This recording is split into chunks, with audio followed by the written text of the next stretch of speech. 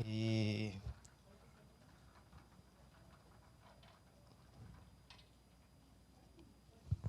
deixa eu pegar minha Bíblia aqui.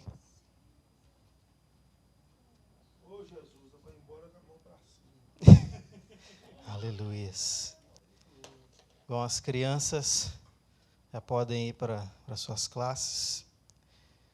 E eu não vou me delongar muito, mas eu quero primeiro agradecer a Deus pela oportunidade de estar ministrando a palavra para vocês essa noite. É uma honra, é um privilégio, mas também é uma grande responsabilidade. E eu quero agradecer também os pastores, provavelmente vão, se não estiverem vendo agora, eles vão estar vendo daqui a pouco. Mas eu quero agradecer a eles pela confiança de estar entregando o púlpito para que a gente pudesse, para que eu pudesse estar trazendo a palavra do Senhor para vocês essa noite. E desculpa que eu pedi os irmãos para poder se assentar, eu pedi os irmãos que se coloquem de pé mais uma vez. Pedi o irmão Neto para fazer essa oração, para abençoar o vaso, em nome de Jesus. Senhor Deus e eterno Pai, nós te agradecemos, Senhor, pelo dia de hoje, essa quarta-feira. O Senhor tem nos dado graça para vir aqui hoje aprender a Tua palavra, ouvir a Tua palavra. E eu te peço, Senhor, do fundo do nosso coração, do coração da Tua igreja, que o Senhor venha encher o André hoje da Tua presença, que seja o Senhor falando da boca dele, para que nós possamos entender e aprender, que essa palavra entre no nosso coração, Senhor, e venha mudar a nossa história, mudar a nossa caminhada, porque o Senhor sabe de todas as coisas. Em cima do céu e embaixo da terra, Deus, não há outro Deus mais poderoso que Tu. O Senhor faz tudo, Senhor, de acordo com a Tua vontade. Então, usa o André hoje, Senhor, da Tua força, da Tua vontade e da Tua misericórdia, no nome de Jesus. Amém. Aleluias. Bom, irmãos, o título dessa mensagem de hoje se chama A Destruição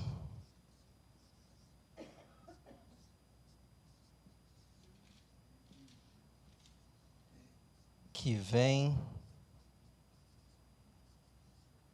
do Senhor.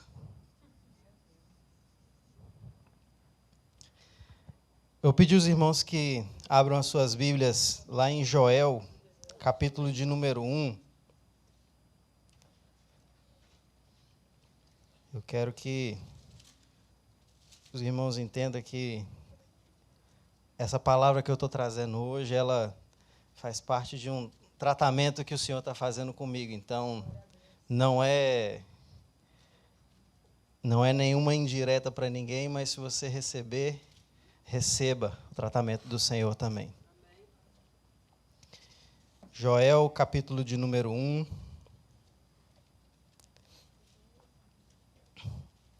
Joel, capítulo de número 1, os versículos de 1 até o versículo 5. Pode ser até o versículo número 5. Diz assim a palavra do Senhor. Palavra do Senhor que foi dirigida a Joel, filho de Petuel. Ouvi isto, vós, velhos, e escutai todos os habitantes da terra.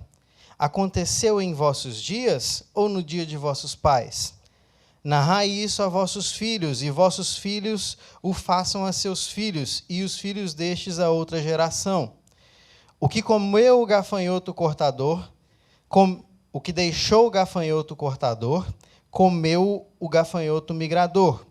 O que deixou o migrador, comeu o gafanhoto devorador. O que deixou o devorador, comeu o destruidor. Ébrios, despertai-vos e chorai. Uivai todos os que bebeis vinho, por causa do mosto, porque está ele tirado da vossa boca. Os irmãos podem se assentar nessa noite. Só colocar aqui a referência.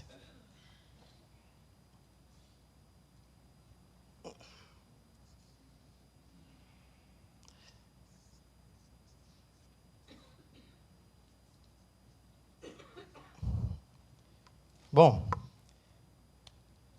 o que está acontecendo aqui, meus irmãos, é que a palavra do Senhor veio ao profeta Joel para advertir ao povo de Israel a respeito de uma destruição que haveria de acontecer naqueles momentos.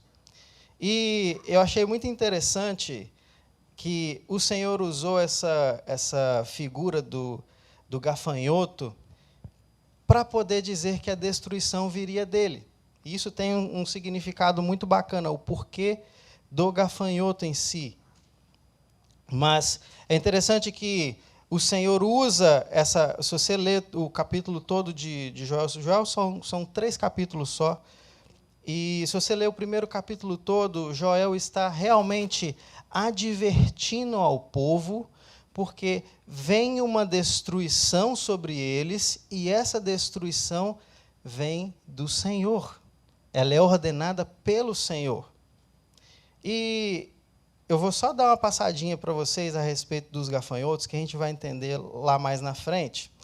Porque os gafanhotos, eles foram usados aqui porque o gafanhoto ele tem algo chamado de plasticidade fenotípica. Eu demorei até gravar isso aqui, tá?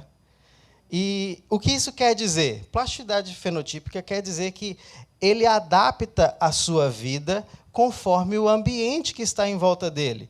Então, a depender do clima, a depender da quantidade de gafanhotos que tem perto dele, ele vai se adaptando e ele vive daquela maneira. Então, ele pode ser desde um animal solitário, que vive sozinho, até um animal que vive em bandos, que são as nuvens de gafanhotos. Que eu andei pesquisando a respeito deles e existem nuvens que chegam a ter até 15 quilômetros de gafanhotos. Que quando elas passam, é coisa assim de... Passou, quando chegou no final, questão de minutos, acabou e dizimou com toda aquela plantação. E eu achei interessante a ordem que o Senhor colocou, eu vou até colocar aqui no quadro, que diz assim, que ele falou que tem um cortador, qual é que é o outro? O migrador,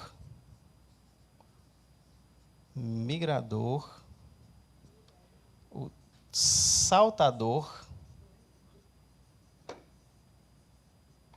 e o destruidor.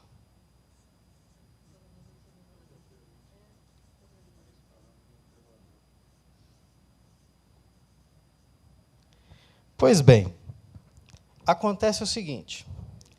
Na primeira fase, que é o cortador, é o gafanhoto que vive sozinho, né? Ele é aquela praga que chega na plantação, mas que talvez ele vai comer só uma plantinha. Tá ali, aquele monte de planta, aquela plantação gigantesca, ele vai comer só uma plantinha e vai ficar ali, né? E, dependendo do tamanho da sua plantação, se a sua plantação for uma plantação grande, esse prejuízo vai ser um prejuízo pequeno. Mas, se você for uma pessoa que tem uma plantação pequenininha, se a sua plantação é só, talvez, uns 2 ou 3 pezinhos, pode ser que esse prejuízo ele seja bem grande. Mas aí, ele fala depois do migrador, que ele fala assim, ó, o que deixou o gafanhoto cortador, comeu o migrador. E o migrador, ele já é a segunda fase da vida do gafanhoto. Isso eu estou falando de biologia mesmo, tá, gente? Eu não estou estou conjecturando da Bíblia, não. Isso aqui é biologia mesmo. Na segunda fase, é quando a colônia começa a crescer. Como eu falei com os irmãos, dependendo das circunstâncias em volta dele, ele começa a se agrupar ou ele começa a se espalhar. Dependendo dessa questão de clima, enfim, aquilo que favorece ao crescimento dele, e a colônia começa a crescer. E é interessante que, quando a colônia começa a crescer, ele precisa de quê? De mais comida. Então, talvez uma árvorezinha só não vai ser suficiente para ele. E aí, ele precisa começar a migrar. Por isso que ele é o migrador. Ele precisa começar a sair, e essa realmente é a espécie dele. Gafanhoto, chama-se gafanhoto migrador. E eles são, de verdade, eles são pragas. Eles acabam com tudo que eles veem pela frente. Como a gente conhece na história do Egito. Não sei se vocês lembram, a 8ª praga que o Senhor lançou sobre os egípcios foi a praga dos gafanhotos. E assim, é agora que os prejuízos eles são realmente notados. Por quê? Lavouras inteiras são dizimadas. Não sobra nada. E realmente, gente, não sobra absolutamente nada quando esses gafanhotos passam. E, da mesma maneira, acontece na nossa vida. Que quando nós não cuidamos daquele gafanhoto cortador, ele vai crescendo a colôniazinha dele, vai crescendo, até chega um momento que ele vai dizimar toda a sua plantação. E depois vem o saltador. O saltador é aquele famoso retardatário. Sabe aquele que fica lá no finalzinho da nuvem? A nuvem está passando lá, está meio percebido, cair aqui. Esse é o que vem logo depois, é aquele que ficou para trás. É aquele que se desprendeu da nuvem de gafanhotos. E eles chegam ali e eles começam a se alimentar do resto do resto. Sabe aquele restinho que sobrou, que já não tinha mais nada? Ele ainda se alimenta daquele restinho que sobrou. E aí, depois que ele se alimenta, é interessante que ele já está começando, ele já está em outra fase da vida dele, que ele põe os ovos. É ali que ele põe os ovos dele. E quando ele põe os ovos dele, nascem os destruidores, que são aqueles que já nascem naquele ambiente completamente devastado, e eles só precisam terminar de comer ali o restinho que tem ali e procurar outro canto para eles. Mas, por que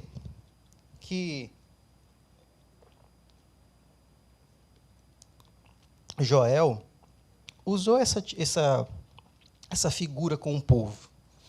Isso me chamou muita atenção, porque eu não sei se os irmãos já leram o livro de Deuteronômio, mas lá em Deuteronômio, o Senhor fala algumas vezes com o povo: se vocês andarem naquilo que é reto, tan, tan, tan, tan, tan, tan, tan. Se vocês andarem naquilo que não é reto, tan, tan, tan, tan, tan, tan, tan, tan, tan. Por isso eu quero pedir aos irmãos que abram aí comigo, lá em Deuteronômio, capítulo de número 8.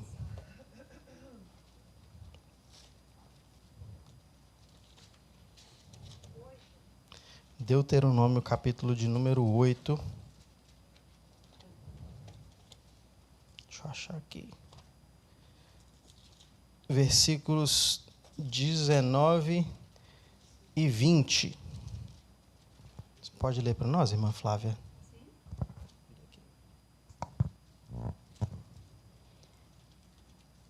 Deuteronômio 8, versículo 19 e 20. Se te esqueceres do Senhor, teu Deus, e seguires outros deuses, e os servires, e prestares cultos a eles, asseguro-te hoje que sereis exterminados. Perecereis do mesmo modo que as nações de Yahvé vai destruir à vossa frente, por não ter desobedecido a vós o Eterno, vosso Deus.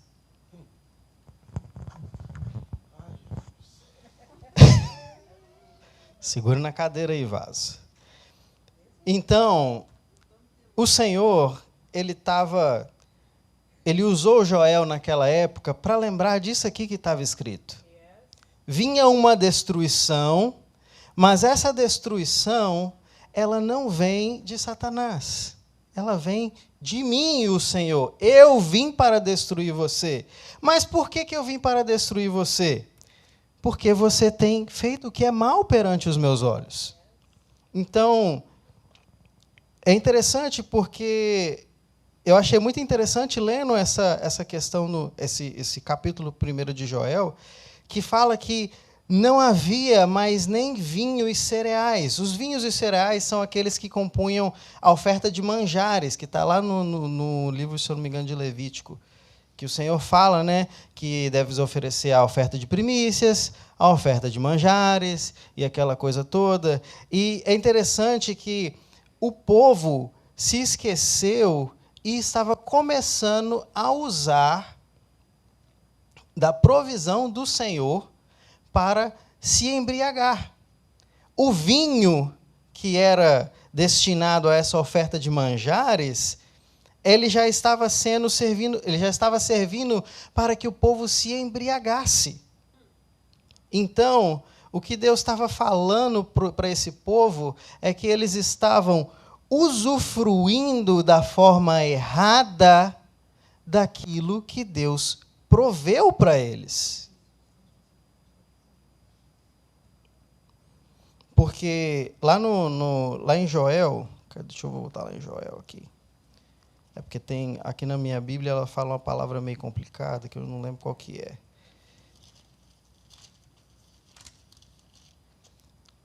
Versículo 5, ele fala ébrios, aqui na minha tradução. Alguém tem alguma tradução aí que fala bêbados? A minha fala embriagados. Embriagados, né? A sua fala o quê, irmã? Despertem e chorem, bêbados, lamentem vocês que tomam vinho, todas as uvas estão arruinadas, todo o seu vinho doce acabou. Pois é, esse vinho aí, irmãos, ele fazia parte da oferta de manjares. Era algo que deveria ser devolvido ao Senhor. Né? E eu não vou nem falar, estou falando da oferta de manjares, eu não vou nem falar da oferta de primícias, né? Que se eles estavam esquecendo da oferta de manjares, quem dirá da de primícias. Mas eu quero que vocês entendam o porquê essa alegoria com os gafanhotos. Por quê? Vamos abrir lá em Êxodo, capítulo de número 10.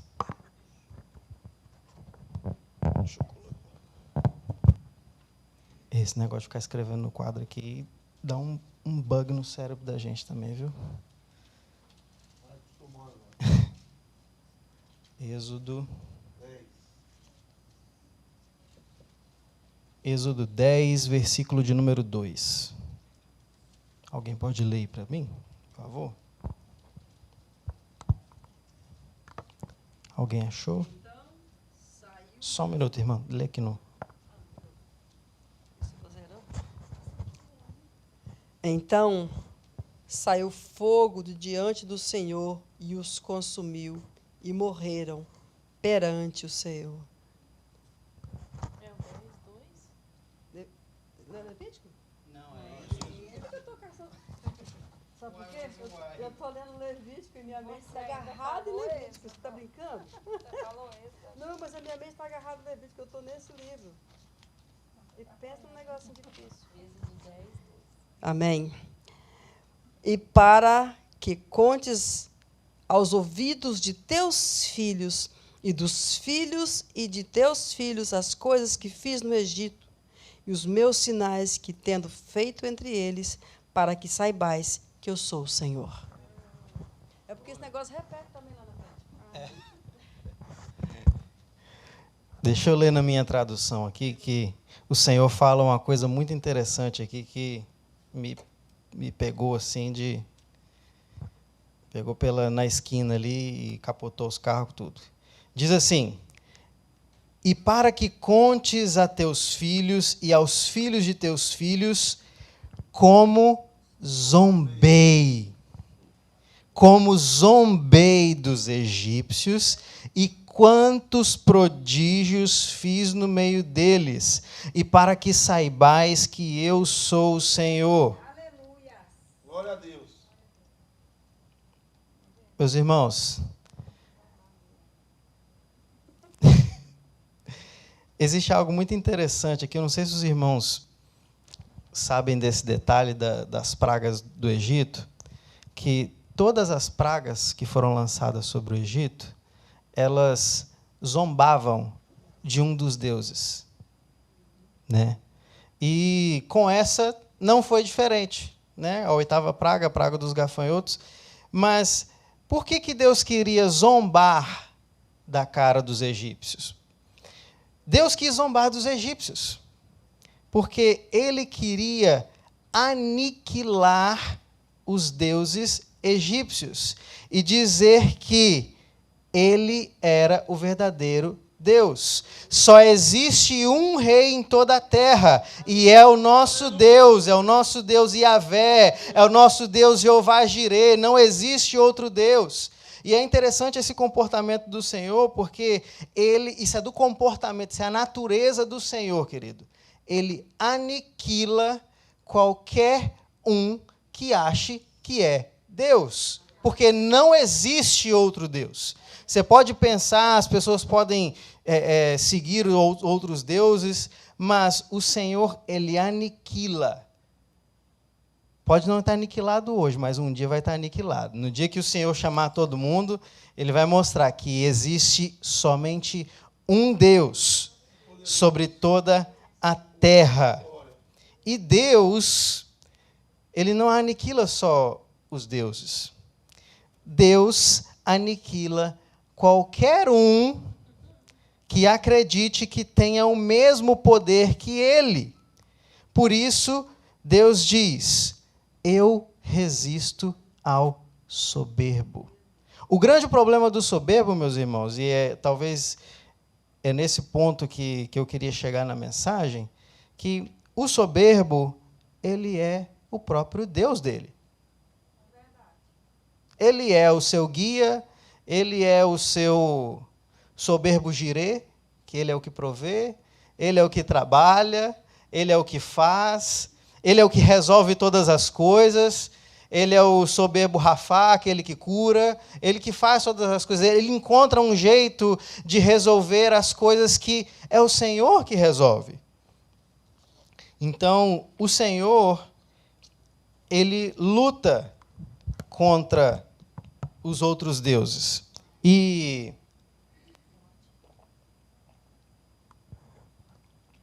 os gafanhotos no Egito, eles vieram para humilhar um deus chamado Osíris. Esse deus Osíris, ele era conhecido como o deus da agricultura, como o deus da fartura, o deus do sustento. Assim, aquela oitava praga, ela veio mostrar que existe somente um Deus que provê todas as coisas, que é o nosso Jeová Jirê.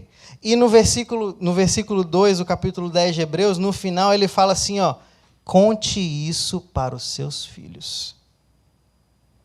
Diga para os seus filhos que não existe outro Deus.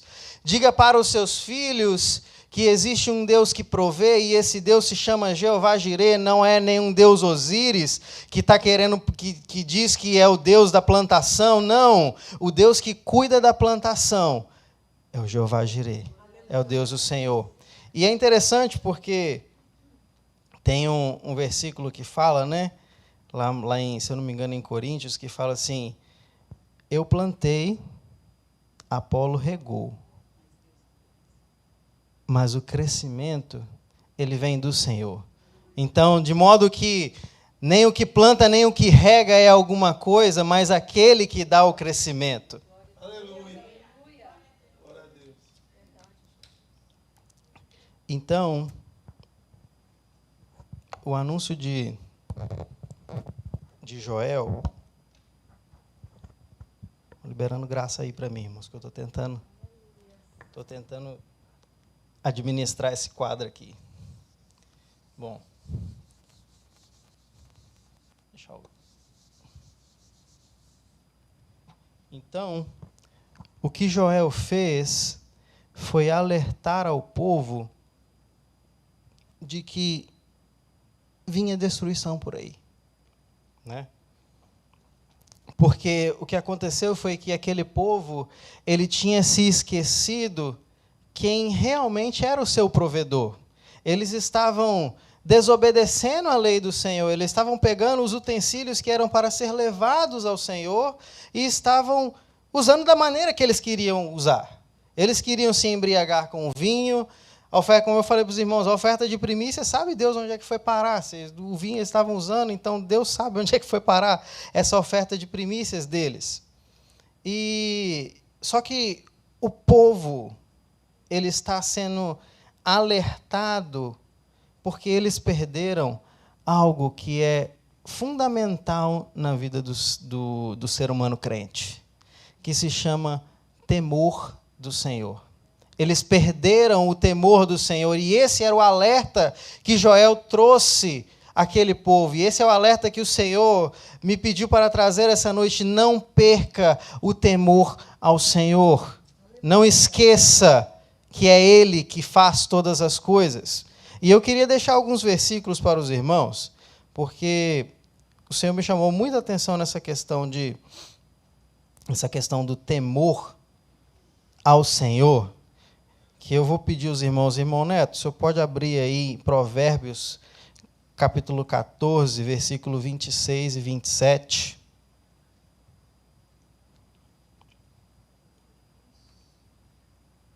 Provérbios 26, 27. 14, 26 e 27.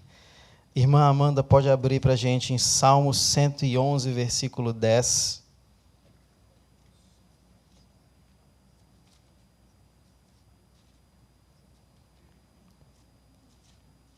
Irmão Júnior, os dois olharam. Irmão Júnior, de Alpercata, você pode abrir para a gente em Provérbios 19, 23.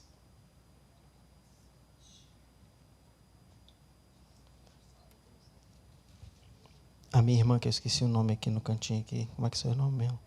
Érica, irmã Érica. Você pode abrir para a gente lá em Isaías 8, 12, 13 e só o 14, só a parte A para a gente. 8, verso do 12 até o 14, só a primeira frase do 14. E só para finalizar, Magian, você pode abrir para a gente lá em Mateus 10, 28? Você pode começar a ler, irmão Neto? Provérbios 14, 26, 27. Provérbios 14, 26, 27. Aquele que teme ao Senhor possui uma fortaleza segura, refúgio para seus filhos. O temor do Senhor é fonte de vida e afasta das armadilhas da morte. Quem é o próximo?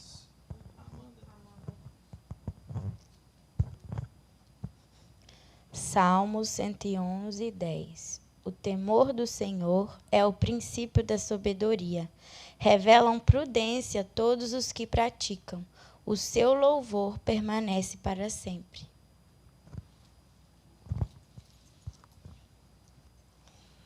Provérbios 19, 23.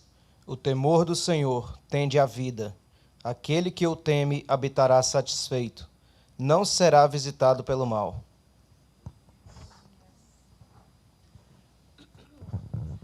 É o Isaías 8, 12. Não digas-vos uma conspiração a todos aqueles para que a este povo dirá, uma conspiração, não temais vós, e o que eles temem, nem tenhas medo.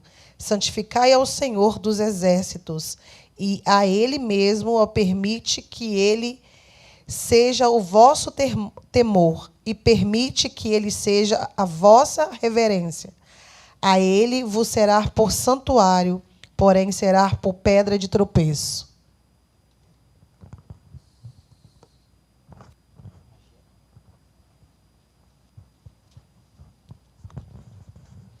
Mateus 10, 28. E não temais os que matam o corpo e não podem matar a alma.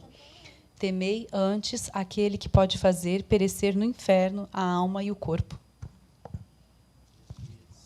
Mateus 10, 28.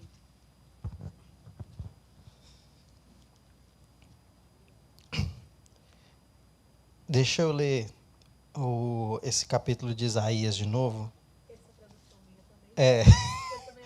É porque tem uma tradução chamada NVT, que essa tradução realmente pulou 8, 12, 13, 14. Diz assim: não chame tudo de conspiração como eles fazem. Não viva com medo do que eles temem. Considere o Senhor dos Exércitos santo em sua vida. É a Ele que você deve temer. É Ele quem deve fazê-lo estremecer. Ele o manterá seguro. NVT.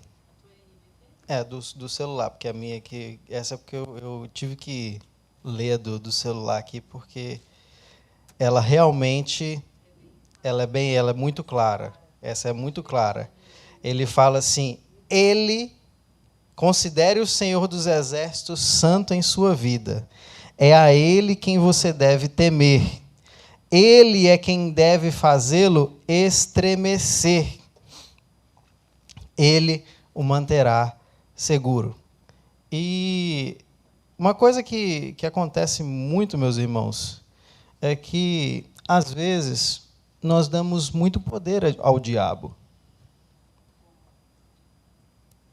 Nós vivemos a vida e nós vivemos acreditando que... Eu gosto da ilustração que o irmão Neto deu uma vez para a gente na live dos homens, que parece que Satanás ele ele sai com um cachorro, coloca a foto assim na frente dele, assim, né, irmão Neto? Cheira e fala assim: é esse aqui que você tem que pegar. Parece que tem um desse comigo todo dia correndo atrás de mim.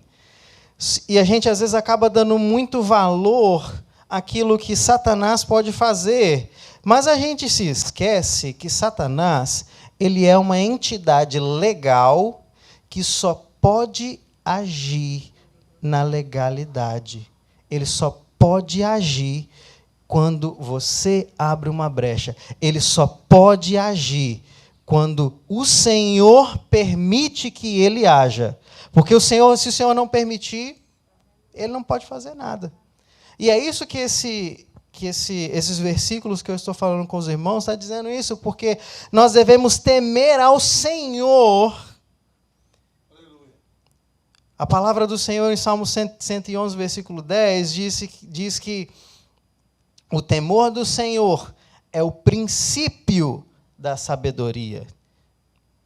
Então, se nós queremos alcançar um coração sábio diante do Senhor, nós precisamos buscar primeiramente temer ao Senhor. O versículo que a irmã Jean leu diz que eu devo temer aquele que pode lançar a minha alma no inferno. Eu não tenho que temer as outras coisas. Eu tenho que temer aquele que tem poder para lançar a minha alma e o meu corpo no inferno. E o que aconteceu com aquele povo, e que Joel estava falando com eles, é que eles se tornaram soberbos. Eles se esqueceram do mandamento do Senhor, eles não tiveram temor com as palavras que o Senhor disse para eles em Deuteronômio 8, conforme a irmã leu. E falou assim: se você fizer desse jeito, eu vou te destruir. E o que eles fizeram? Não deram a mínima para a palavra do Senhor. E eles viveram da maneira que eles quiseram. E aí Deus precisa de mandar Joel e falar assim: vem uma destruição e não vem de Satanás, ela vem de mim, o Senhor. Eu estou fazendo guerra com vocês. Eu vou destruir você porque você não me teme.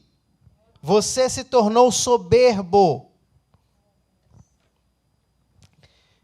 E é interessante porque o Senhor ele repete isso algumas vezes no livro de Deuteronômio.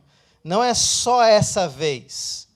Não é só no capítulo 8. É no capítulo 6, é talvez um pouquinho mais para frente. E o Senhor repete isso alguma vez. Se você fizer isso aqui, se você fizer certo, eu vou estar com você. Você vai colher onde você não plantou. Você vai usufruir das coisas que você não fez nada para granjear elas. Mas se você também não obedecer, eu descerei do céu e vou fazer guerra contra você. E é interessante porque Satanás, ele usou da soberba para induzir o pecado na mulher. Quer ver? lá em Gênesis, deixa eu achar aqui, Gênesis 3, versículo 5, diz assim, porque Deus sabe que no dia em que comerdes, se vos abrirão os olhos e sereis como Deus. Então a palavra continua falando que a mulher viu que aquela árvore era bonita, era agradável para dar entendimento, então ela tomou e comeu. Então, a soberba foi a porta pela qual o pecado entrou no homem. E a soberba é a porta pela qual entra todo e qualquer tipo de imundícia, todo qualquer tipo de pecado entra pela soberba. Por quê? Porque quando você decide pecar, você decide fazer aquilo por você mesmo. Assim, eu quero fazer isso aqui porque eu quero. Sabendo ou não se é pecado, você fez. Você não considerou que existia outro ser que rege o universo, as leis do universo, e talvez perguntou ele, Senhor, será que isso aqui é alguma coisa boa? E é interessante que o soberbo, irmãos, ele se torna o próprio Deus. O soberbo vira o próprio Deus. Porque a partir de agora, o soberbo ele pode criar, ele pode fazer, ele pode destruir, ele pode lutar, ele pode conquistar, ele pode derrotar, ele pode fazer tudo. Ele não precisa mais do Senhor. O soberbo ele não precisa mais do Senhor. Ele, por si só, ele é autossuficiente. E é por isso que Deus ele resolve mandar a desolação, a guerra, os tempos difíceis. E o que o Senhor ministrou no meu coração é que, muitas vezes, existem certas áreas específicas na nossa vida que elas simplesmente não vão para frente, porque sou eu que estou tomando conta. O Senhor, Ele está falando assim, se você me obedecer, isso assim, me entrega, que eu vou resolver para você.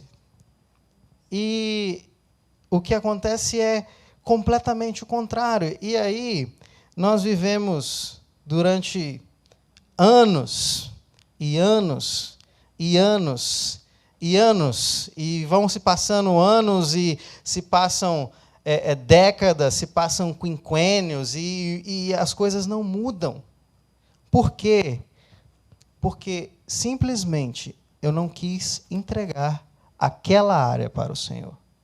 Eu sei que existe uma área na vida de todos nós que o Senhor ele está querendo tratar.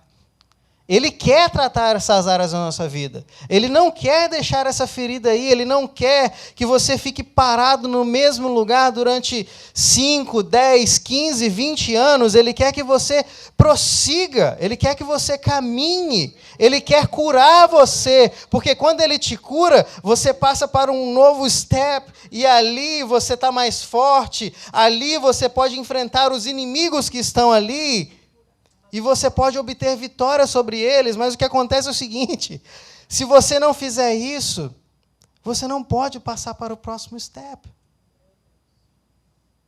E aí você vive 5, 10, 15, 20, 25, 30, 40, 50 anos do mesmo jeito, e a vida não muda. Eu sei que você conhece alguém que vive dessa maneira, é exatamente aquela situação da pessoa. Não muda, está sempre do mesmo jeito. Ah, mas e o fulano de tal assim, assim, rapaz? Gente boa e tudo, mas tá do mesmo jeito. Mesmo problema. Ele até assim, deu uma melhorada em algumas coisas, né? O Senhor começou a prosperar a vida dele em outras áreas e tudo, mas e aquilo lá, quando você faz aquilo lá... Quando você mexe com aquilo lá, aquele vespeiro, não tem jeito. E não tem jeito porque essa pessoa não quer entregar para o Senhor uma área que o Senhor quer tratar. O grande problema do ser humano é que ele gosta de estar no controle das coisas. Ele quer se orgulhar daquilo que ele fez, ele quer a glória para ele. Mas esse desenhozinho aqui eu vou ter que fazer. Vocês vão liberando graça aí para mim, porque esse desenhozinho aqui ele veio na minha cabeça. Eu falei assim, eu não vou ter que fazer esse desenhozinho aqui para os irmãos entenderem. A palavra de Deus diz que porque dele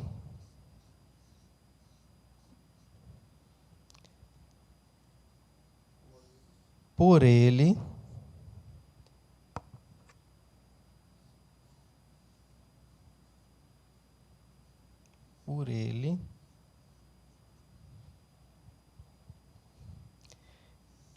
e para ele, não ficou do jeito que eu queria não, mas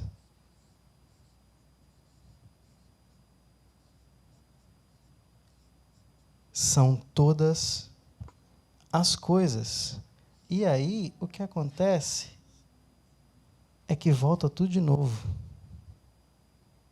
Isso é um ciclo. Isso é um ciclo. As coisas começam nele, as coisas subsistem através dele, as coisas são para ele e voltam para ele de novo.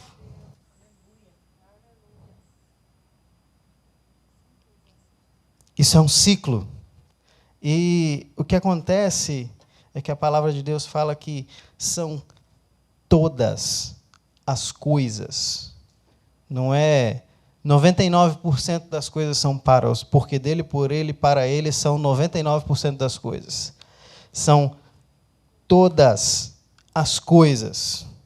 E eu queria deixar um versículo para os irmãos que, se alguém puder abrir para mim aí, em 2 Coríntios, porque esse problema da soberba, irmãos, isso é algo muito sério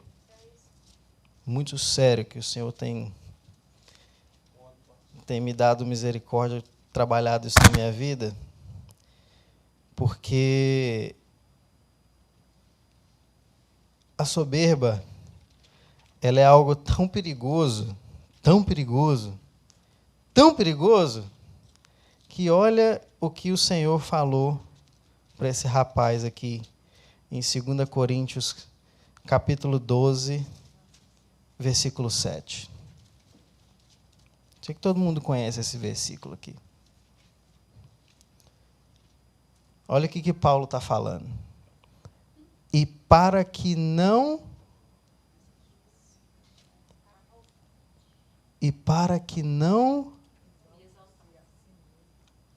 A minha tradução fala, e para que não me ensoberbecesse com a grandeza das revelações, foi-me posto um espinho na carne, mensageiro de Satanás, para me esbofetear, a fim de que não me exalte. Então, a soberba, meus irmãos, é algo muito sério. Pode pegar desde o pequenininho até o grandão. Os grandão costumam pegar mesmo, né? Porque eles começam a fazer as coisas e acham que as coisas estão acontecendo por causa deles. Mas o que Deus está mostrando para a gente é que Ele não tem problema de fazer guerra com o soberbo. Pode ser o irmãozinho André lá, que toca o violãozinho lá na Bethesda, lá de vez em quando. E pode ser até o apóstolo Paulo, que foi lá no terceiro céu. Soberbo aqui não. Soberbo não fica diante do Senhor. Ele faz guerra contra o soberbo. A palavra do Senhor em Tiago, capítulo de número 4, verso 6, diz que ele resiste ao soberbo. Então, como eu disse, muitas vezes as coisas não andam na nossa vida e nem funcionam como deveria funcionar. Sabe por quê? Deus não pode trabalhar no coração de de um soberbo. Deus não tem como trabalhar no coração de um soberbo. O soberbo por si só, ele já é um Deus. Ele é o seu próprio Deus. E só que falei muita coisa, né? Coisa ruim. Mas vamos voltar lá para Joel, que tem um versículo que fala, não me lembro onde está agora, que fala que o Senhor fez a ferida, mas Ele mesmo sara. Então, Joel. Então, o Senhor mandou toda essa desolação para aquele povo, mas sinceramente eu amo a misericórdia do Senhor. As misericórdias do Senhor, elas se renovam a cada manhã.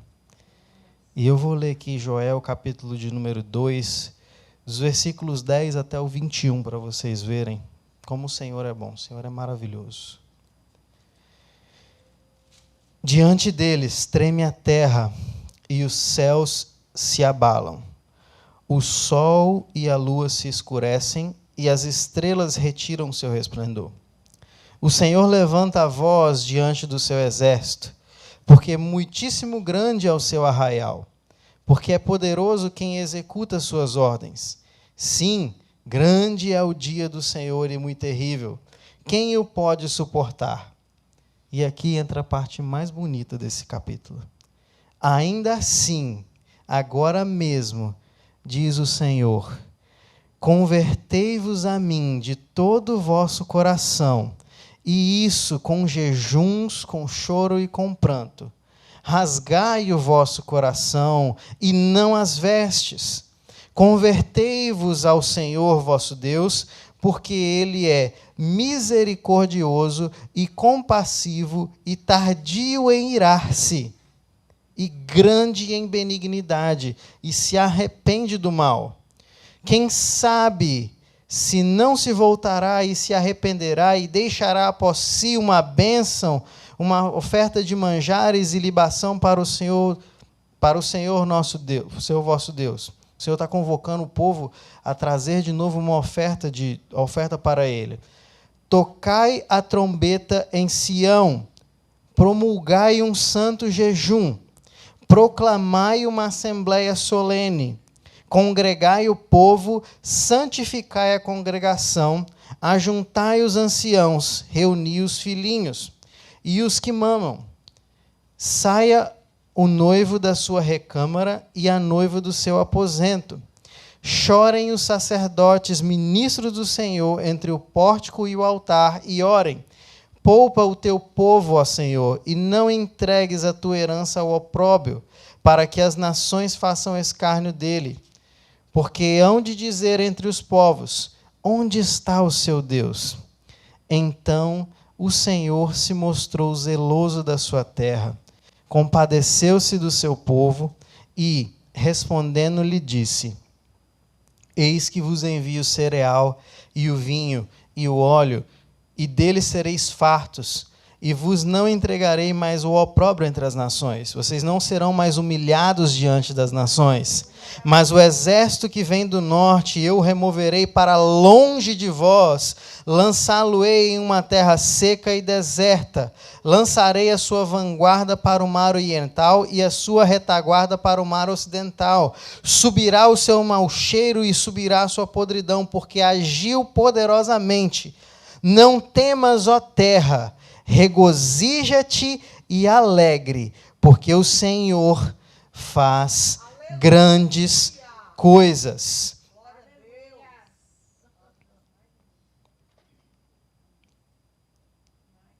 Querido, o que eu posso deixar para você essa noite é que a destruição ela vem do Senhor. Deus, ele anuncia a destruição, mas da mesma forma que ele anuncia, Deus, ele é misericordioso e compassivo. e ele é tardio em irar-se. E ele vai falando aqui, que ele fala assim: converta-se o seu coração a mim, e faça jejuns, e façam e com choro e com pranto, rasgue o vosso coração, não rasguem as suas vestes. O Senhor não quer que a nação dele seja entregue ao escárnio, não quer que a nação dele seja humilhada. Ele quer restaurar a terra. Ele quer começar uma obra nas nossas vidas. Ele quer trabalhar em nós. Ele não quer te deixar da mesma maneira que você chegou.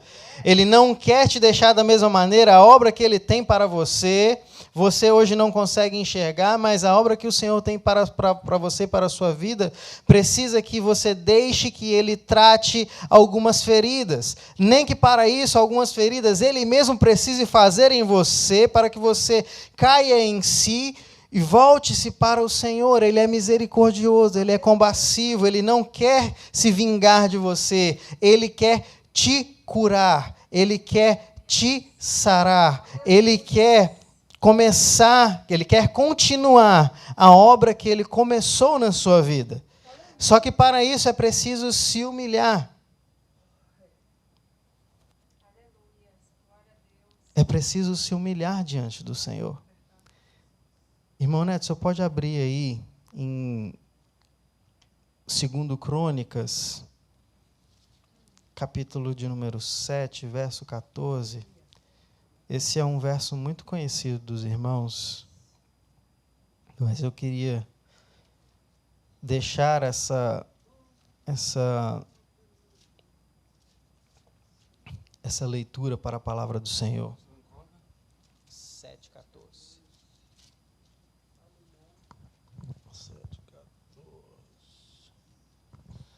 2 Crônicas 7,14. Se o meu povo, que se chama pelo meu nome, se humilhar e orar, buscar a minha face e se afastar dos maus caminhos, do céu o ouvirei, perdoarei os seus pecados e curarei a tua terra. Se o meu povo, que se chama pelo meu nome, se humilhar e orar, buscar a minha face e se afastar dos maus caminhos, dos céus o ouvirei, perdoarei o seu pecado e curarei a sua terra. Aleluia, meus irmãos. O resumo dessa conversa é que Deus, Ele quer tratar os nossos corações. Cada um aqui tem uma área que o Senhor está querendo tratar no seu coração. Às vezes você olha algumas coisas que não vão andando muito bem, às vezes que você tropeça sempre na mesma pedra, acontece sempre a mesma coisa há anos e anos e anos e anos, e o Senhor quer tratar aquilo e você não entrega ao Senhor. Mas é tempo de entregar ao Senhor aquilo que você nunca quis entregar. E eu gostaria de encerrar esse estudo com um breve testemunho pessoal, porque eu sou fruto desse estudo que eu mesmo dei. O Senhor tem trabalhado bastante da soberba no meu coração. E uma das coisas que o Senhor tem falado comigo é que eu não precisava ter me metido em tantos problemas, em tantas coisas, se eu não fosse tão soberbo. Porque boa parte das coisas que eu passei na minha vida era o Senhor fazendo guerras comigo. Era o Senhor querendo me tratar. Era o Senhor falando assim, ó, a destruição está vindo de mim, mas eu não quero te destruir. Eu não quero que você passe por isso outra vez. Eu quero te curar, eu quero te sarar, eu quero te fazer uma nova pessoa. Eu quero quebrar esse vaso, eu quero refazer ele todo completo de novo. Mas eu perdi muito tempo. Eu perdi muito tempo com a minha soberba. A minha soberba me fez perder muito tempo. Eu tenho 33 anos de idade, eu vou fazer 34 esse ano. E eu me lembro que, quando eu aceitei Jesus, aos meus 18 para 19 anos, eu lembro que eu brincava com os meus amigos lá da igreja, eu falava assim que eu precisava de orar até para atravessar a rua, de tanto que eu me achava dependente do Senhor. Mas, conforme as coisas foram passando, a gente vai descobrindo algumas coisas, o Senhor começa a usar a gente para algumas coisas, e a gente começa a se encher daquilo e acha que somos nós mesmos que estamos fazendo aquilo. E esquecemos de devolver a glória para o Senhor. Então, a mensagem que eu queria trazer para os irmãos essa noite é que existe uma área na sua vida, assim como existiu na minha, que o Senhor está querendo tratar. Às vezes Ele está fazendo guerra com você, porque Ele quer tratar aquilo. Deus está enviando os gafanhotos, Deus ele está enviando whatever que seja para fazer guerra com você. Mas Ele quer te curar. O Senhor, Ele quer te curar. Ele te quer novo. Amém? Eu vou convidar os irmãos para chegar aqui na frente, para a gente orar.